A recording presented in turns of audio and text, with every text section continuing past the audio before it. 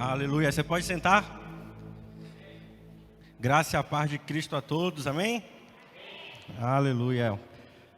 Estamos iniciando mais um mês, penúltimo mês do ano, o mês de novembro.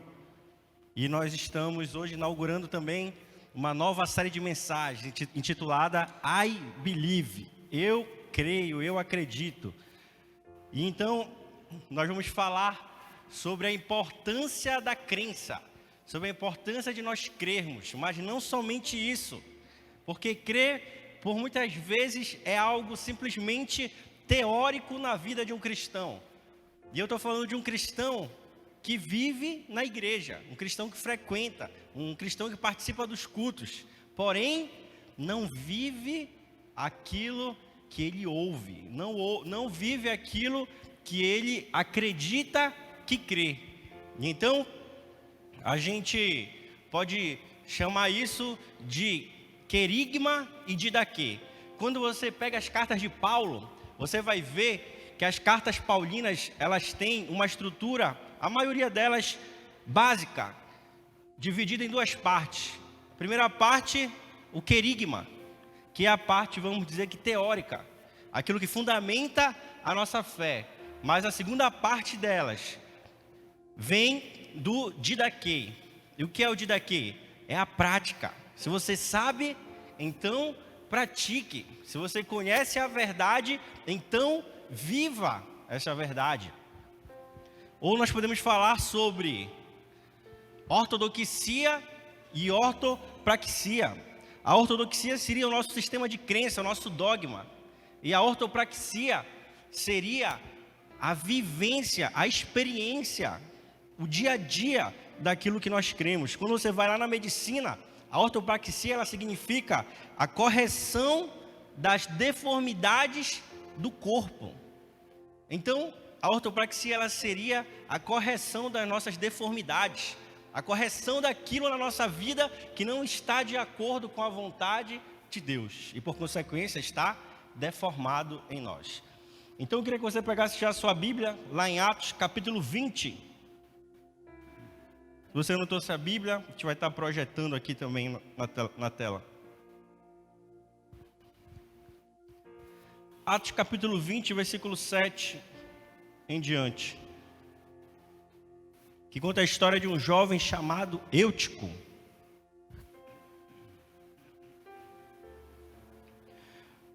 Diz assim: no primeiro dia da semana, reunimos-nos para partir o pão, e Paulo falou ao povo. Pretendo partir no dia seguinte, continuou falando até a meia-noite. Havia muitas candeias no piso superior onde estávamos reunidos. Um jovem chamado Eutico, que estava sentado numa janela, adormeceu profundamente durante o longo discurso de Paulo. Vencido pelo sono, caiu do terceiro andar.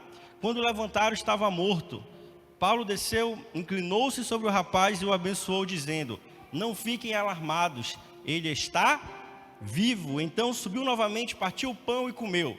Depois continuou a falar até o amanhecer e foi embora. Levaram vivo o jovem, o que muito os consolou.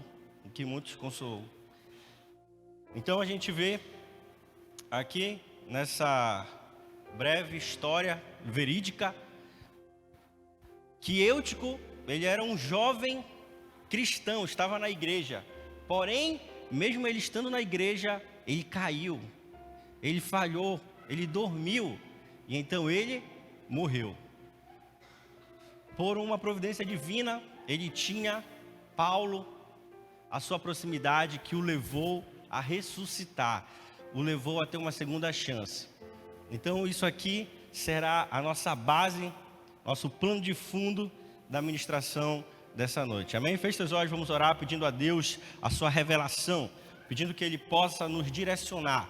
Deus, nessa noite nós agradecemos pela oportunidade de ouvir a sua palavra, de aprender mais acerca de Ti, mas pedimos também, Senhor, que nós sejamos revertidos do poder que vem do alto pela atuação do Espírito Santo em nós, para não sermos apenas ouvintes, mas sermos verdadeiros praticantes da sua palavra, em nome de Jesus. Amém e amém. Então, só para nós nos nos contextualizarmos aqui, Paulo, ele estava retornando de Éfeso, onde ele passou cerca de 3 anos, e ele estava voltando para Jerusalém. Em Éfeso, ele abriu igrejas em todas as províncias da Ásia Menor. Éfeso era a capital da Ásia Menor, e ele estava voltando para Jerusalém, arrecadando ofertas, porque ele estava passando por necessidade da igreja de Jerusalém. Então, ele dá uma parada em Troade. E aqui Troade é uma cidade muito especial para ele.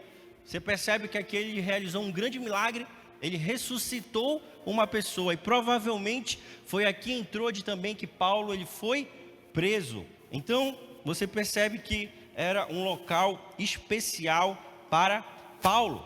E quando a gente passa a analisar a vida desse jovem chamado Eutico, a gente percebe que ele estava na igreja. Ele estava na igreja, ele estava vivenciando aquilo que a igreja estava vivendo. Então, nessa breve passagem de Paulo, Paulo para na igreja e começa a expressar o máximo do conhecimento que ele tinha para abençoar aquele local. Então, no primeiro momento, a Bíblia fala que Paulo ele estava ministrando até a meia-noite. Até a meia-noite. Então, provavelmente, Eutico já começou sabe aquele cristão religioso? 8h30, meu Deus do céu, esse culto não vai acabar, eu preciso sair. A lanchonete vai fechar. Marquei com meus amigos, marquei com minhas amigas, eu tenho que encontrar com eles. Não está dando certo isso aqui. E aí, o que ele fez? Saiu do meio do pessoal e foi para a janela. Você olhar para o lado, você vai ver que não tem janela aqui. Ele falou, não, Eutico não vai ter espaço aqui na igreja. Brincadeira, você tem a janela lá da mídia, né? Mas não é o terceiro andar, é o segundo, né? Graças a Deus, e não dá para sentar também. Mas Eutico, então, ele foi para a janela. Por que ele foi para lá? Provavelmente, ele se distraiu. Ele queria sair daquele ambiente da igreja, do culto, do ensino, do aprendizado, da vivência, da prática. E foi para uma área que nós chamamos de área de transição, a janela. Você já viu quando a pessoa vai para a janela? Dificilmente ela fica na janela, vamos supor que aqui fosse a janela. Dificilmente a pessoa fica assim na janela. Geralmente ela se debruça e olha para fora, fica olhando, pegando vento. Então Eutico, ele estava com o corpo na igreja, mas a sua mente estava fora da igreja. Seus pensamentos estavam em outro lugar. Ei, preste atenção no que eu estou lhe falando. O corpo de Eutico estava na igreja, mas a sua mente estava distante. O seu coração estava distante. Estava pensando, o meu namorado, a minha namorada está lá fora, é um lanche, é um filme, é uma saída, é isso, é aquilo. E não se concentrava naquilo que Deus estava liberando para ele. E então foi que ele, tomado de um profundo sono, caiu e morreu. Caiu e morreu. Então o que a gente aprende nesse contexto? Primeiro ponto, a distração. A distração. A janela é um local que nos leva a viver muitas distrações. E Eutico, embora ele fosse um cristão, talvez tivesse pais cristãos, cresceu na igreja, mas por algum motivo ele se distraiu e continuou vivendo uma vida religiosa, porém agora somente para cumprir um rito, somente para cumprir uma vida de religiosidade, mas sem ter uma verdadeira participação, um verdadeiro envolvimento naquilo que acontecia na igreja. Então, o que a gente percebe na vida dele? Ele queria experimentar o melhor da igreja, mas também queria experimentar o melhor do mundo. O melhor do mundo. E acabou se distraindo. E essa distração levou ele a um distanciamento da presença de Deus. Então a janela aqui, ela representa tudo aquilo na nossa vida que de alguma forma nos distrai, que de alguma forma nos afasta da vontade de Deus, que de alguma forma tira o nosso foco, tira a nossa concentração, tira os nossos olhos fitos daquilo que realmente importa e faz com que nós deixemos a palavra de Deus, a vontade de Deus, as promessas de Deus de lado, em segundo plano. Passa a ser algo secundário na nossa vida, servir a Deus. Servimos se der, servimos se eu tiver com vontade, servimos se for prazeroso para mim, servimos se eu tiver algum interesse. E não se torna mais um ato de obediência. Se esquece daquilo que a Bíblia fala. Ei, se você quiser vir após mim, tome a sua cruz.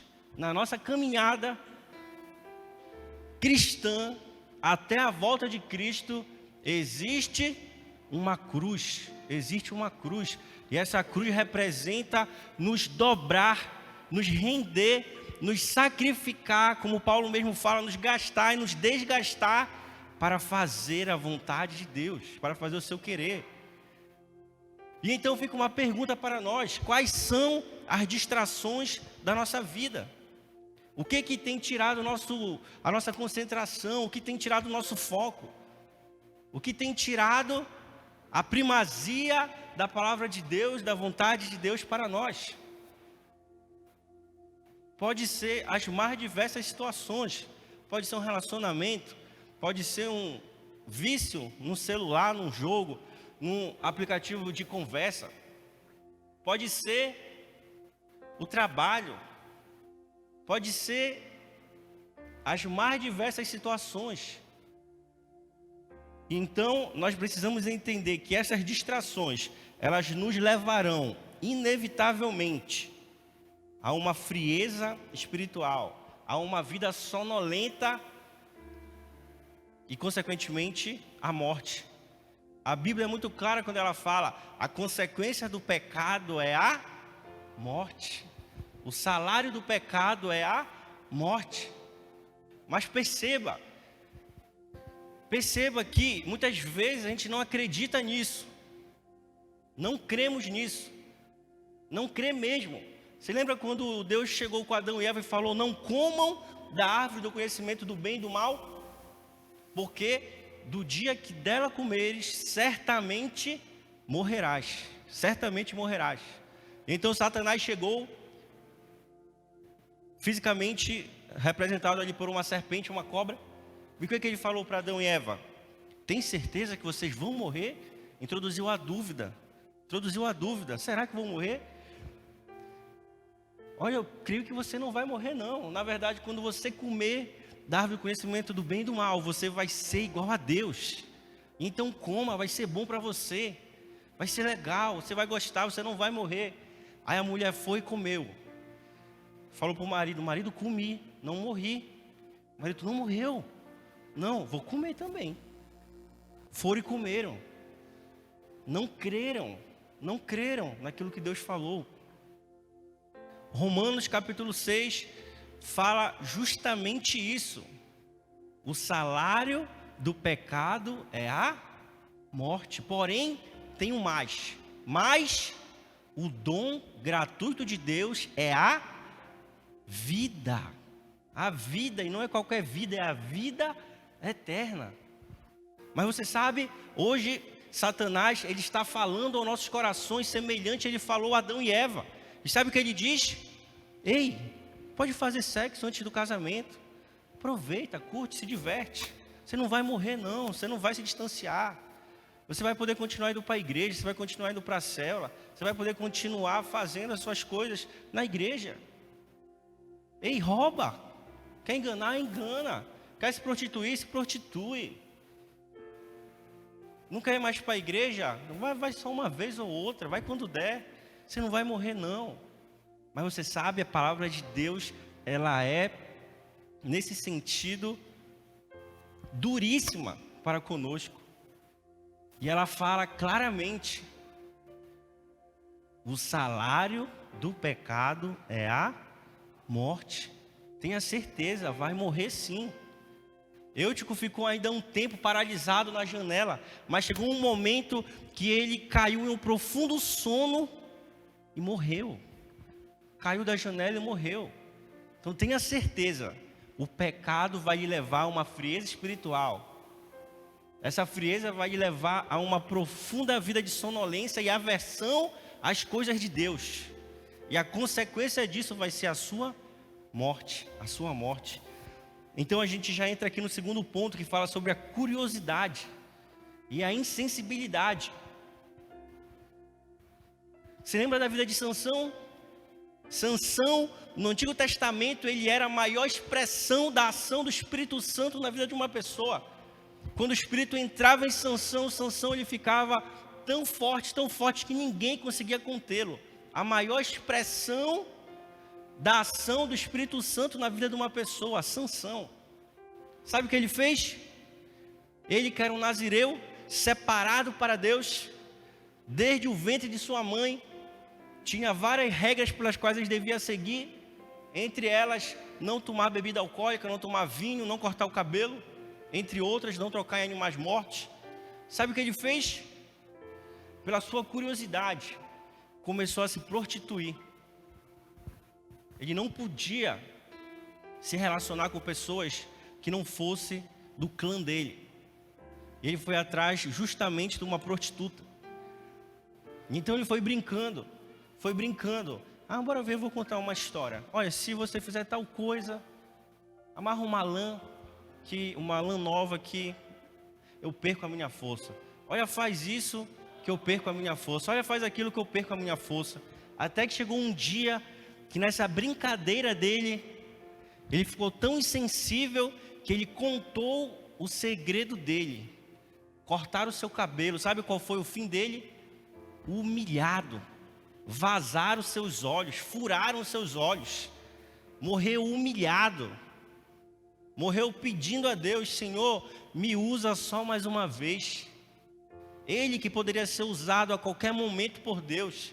Ele que pedia a Deus e derrotava seus inimigos. Ele que era um grande exemplo para o seu tempo. Morreu humilhado. Por quê? Quis experimentar o pecado e se tornou insensível à presença de Deus. Achou que a qualquer momento ele podia pecar, pedir perdão, o Espírito vinha, enchia ele e ele matava todos os inimigos. Mas chegou um momento que essa insensibilidade foi tão grande que levou ele à morte.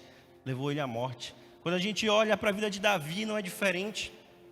Davi, quando era primavera, deveria estar na guerra, ficou em casa, olhou pela janela e caiu. Pecou e trouxe grande desgraça sobre a sua vida, sobre a sua posteridade. Ele que teve um reinado tão grandioso, maravilhoso. Você for ler a história de Davi, você vai ver que quando após ele assumir o trono, ele começou a tirar de dentro de Jerusalém, de Israel, tudo aquilo que não agradava a Deus. Ele não compactuava com nada que não agradava a Deus. Fez uma verdadeira limpeza no coração da cidade. Resolveu brincar, caiu e trouxe grande desgraça para o seu reinado e para a sua posteridade. A gente vê o seu filho Salomão assumindo o reinado até bem, mas no final do seu reinado, pelo tanto de mulher que ele teve, começou o período do reino dividido de Israel.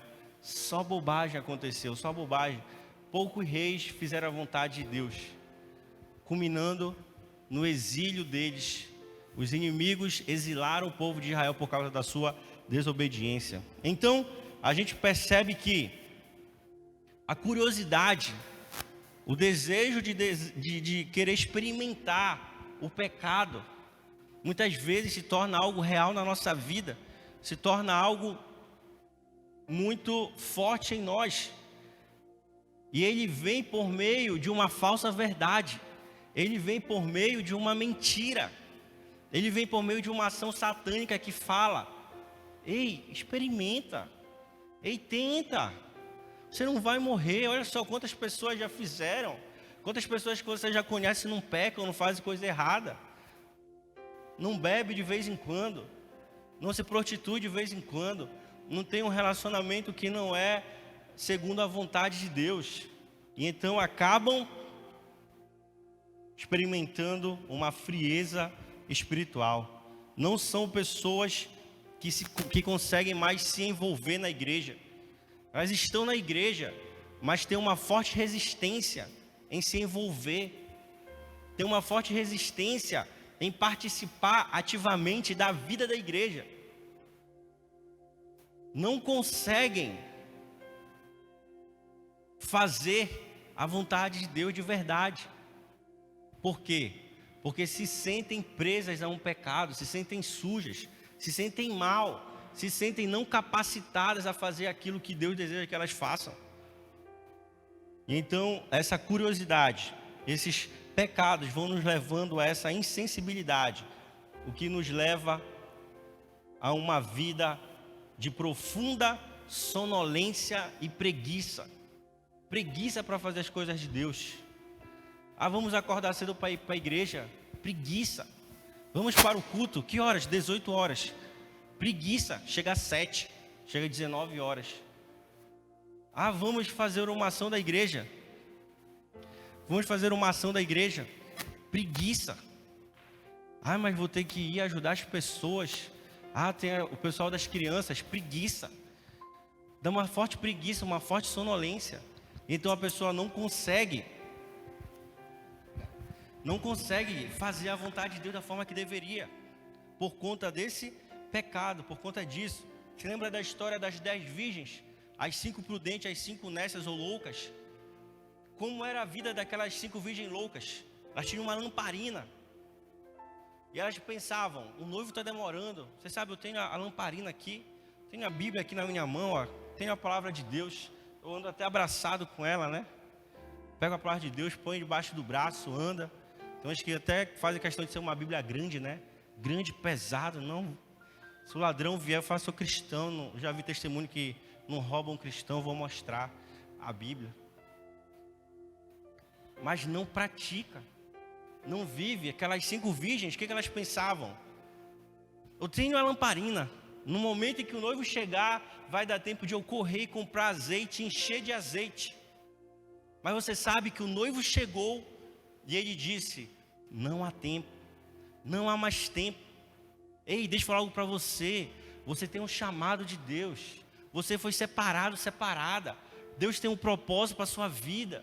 Não pense que você vai ter o tempo eterno para viver e expressar o dom que Deus colocou em você. Não vai.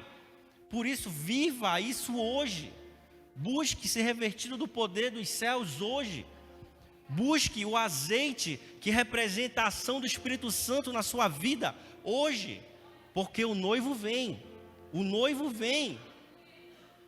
E não haverá mais tempo para fazer a sua vontade.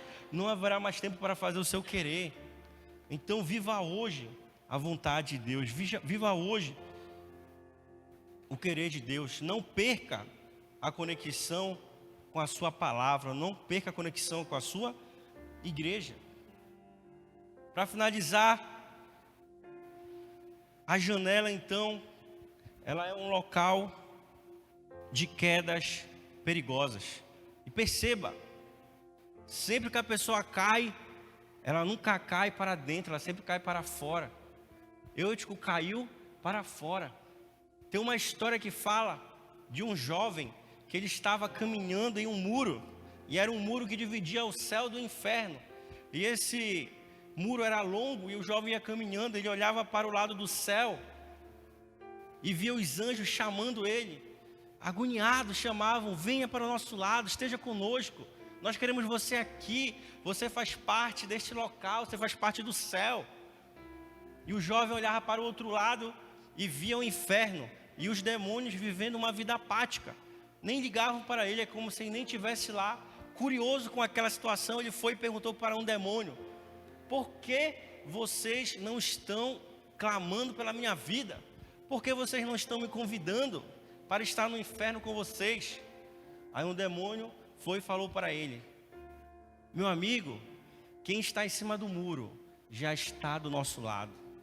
Quem está em cima do muro já está do nosso lado. Uma vida dividida, ela é uma vida que agrada a Satanás e não a Deus. Uma vida dividida é uma vida que não consegue expressar o amor de Deus aqui nessa terra. Então, que nós possamos moldar a nossa vida ao querer e à vontade de Deus. Provérbios 4:23 fala: acima de tudo, guarde o seu coração. Guarde o seu coração, pois dele depende toda a sua vida. Então guarde seu coração, guarde seus desejos, guarde seus impulsos, guarde seus pensamentos, porque disso dependerá toda a sua vida. E aqui uma vida que se estende para além desse plano terrestre, mas adentra num plano celestial eterno. Então tenha cuidado com seu coração, tenha cuidado com aquilo que você faz, com aquilo que você deseja, com aquilo que você quer, porque de tudo que fizermos aqui, nós prestaremos conta. Essa semana teve um grande escândalo no mundo gospel, por conta que um pastor falou que a Bíblia precisa ser atualizada. Uma teologia meio que liberal, travestida de amor celestial, falando, ei, a Bíblia precisa se adequar à nossa realidade, quando na verdade é o contrário. Nós devemos nos adequar à realidade da Bíblia, porque nós somos essencialmente pecadores, e estamos nas mãos de um Deus santo, que deseja nos moldar segundo a sua vontade, segundo o seu querer. Lá em Jeremias, a Bíblia fala, capítulo 23, que a palavra de Deus é fogo e martelo. A palavra de Deus é fogo e martelo. Você sabe que o fogo e o martelo, nas mãos do ferreiro, são usados para subjugar o metal e moldar o metal à sua vontade, ao seu querer. A peso de muita martelada, ao peso de um calor extremo, se molda o metal à vontade do ferreiro. E quando a palavra de Deus ela adentra em nós, ela tem esse poder de mudar nossos pensamentos, de mudar nossos complexos obsoletos e arcaicos. E então, quando a gente vê lá em Apocalipse, Jesus falando para a igreja de Éfeso, ele diz que ele conhece o trabalho daquela igreja. E a palavra usada aqui para trabalho é a palavra kopos, que quer dizer trabalho à exaustão. Trabalho à exaustão. Contextualizando, é você servir à exaustão. Quando Paulo fala, eu quero me desgastar e me desgastar pelo Evangelho, ele está falando sobre um trabalho à exaustão. Não é você fazer uma coisinha ou outra na igreja para Cristo e dizer, tá pago. Faz a foto, né? Faz a selfie, tá pago. Como se você tivesse ido à academia, malhou meia hora, 40 minutos, tá pago. Não. O servir a Deus é um serviço de nos subjugar, de nos entregar, de a nossa vida ter uma prioridade. De falar, se eu tenho um compromisso com Deus, se eu tenho um compromisso na minha igreja local, ainda que eu saia tarde do trabalho, ainda que eu saia cansado, vou cumprir, vou fazer. É um trabalho à exaustão, kopos, a palavra original. Então, assim como o ferreiro pega aquele martelo e molda o metal duro ao seu querer, a nossa vida precisa ser moldada ao querer de Deus, à sua vontade.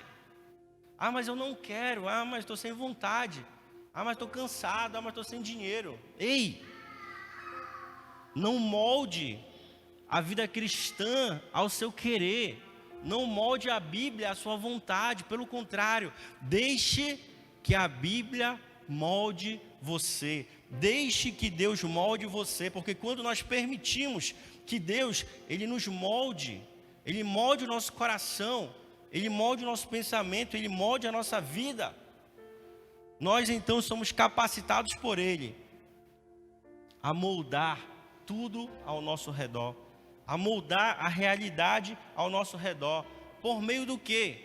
Por meio da palavra de Deus. Então, por mais que seja uma realidade dura, difícil, pecaminosa, uma realidade que parece que não tem solução, a palavra de Deus é como fogo e martelo, poderosa para destroçar tudo aquilo que não está segundo a sua vontade, poderosa para moldar tudo aquilo que está deformado, segundo o querer e a vontade dele. Então, quando a gente vê a vida desse jovem chamado Eutico, a gente vê uma pessoa que era cristã, vivia na igreja, vivia como igreja, mas não era igreja. Era uma pessoa apática, era uma pessoa não envolvida, era uma pessoa não comprometida, não compromissada com a verdade de Deus. E isso levou ele à morte. Então, acreditar em Deus, falar I believe, é você falar, não somente eu creio, não somente eu sei, mas dizer essencialmente, eu vivo, eu faço, eu pratico. Como o Tiago fala, a fé sem obras ela é morta. Se você tem fé, mas não tem obra, você é como eu, que você está morto. Não adianta você falar eu creio, não. Mas precisamos falar eu vivo a vontade de Deus, eu vivo o querer do Senhor. Eu queria chamar você essa noite para juntos nós orarmos.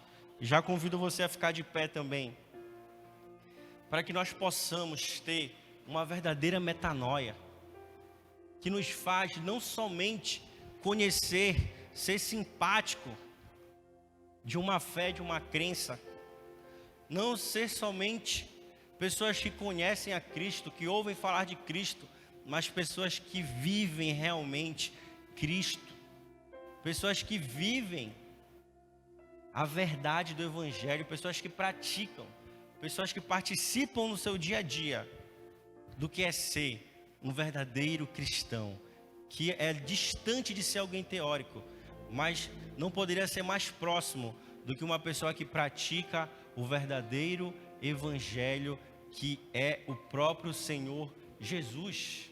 Então feche seus olhos, vamos orar a Deus, pedindo a Ele a sua revelação, mas mais do que isso, pedindo que Ele nos encha do seu Espírito, que Ele nos unte com azeite do Espírito Santo, que nos fortalece para não sermos como as ondas do mar que vêm e vão, para não sermos como cristãos frios, para não sermos como cristãos mornos, mas sermos aquecidos pelo seu fogo, pelo seu poder.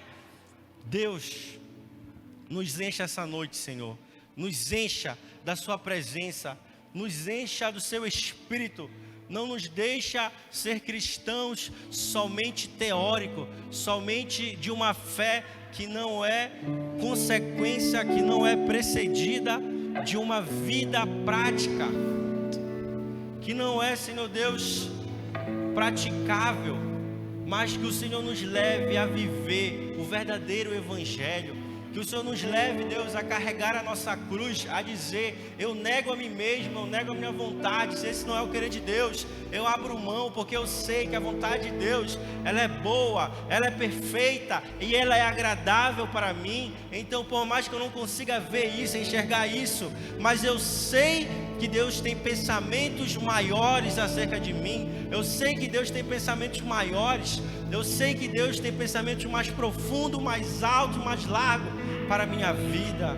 Creia nisso e peça a Deus uma vivência de um verdadeiro cristão. Vamos louvar a Deus.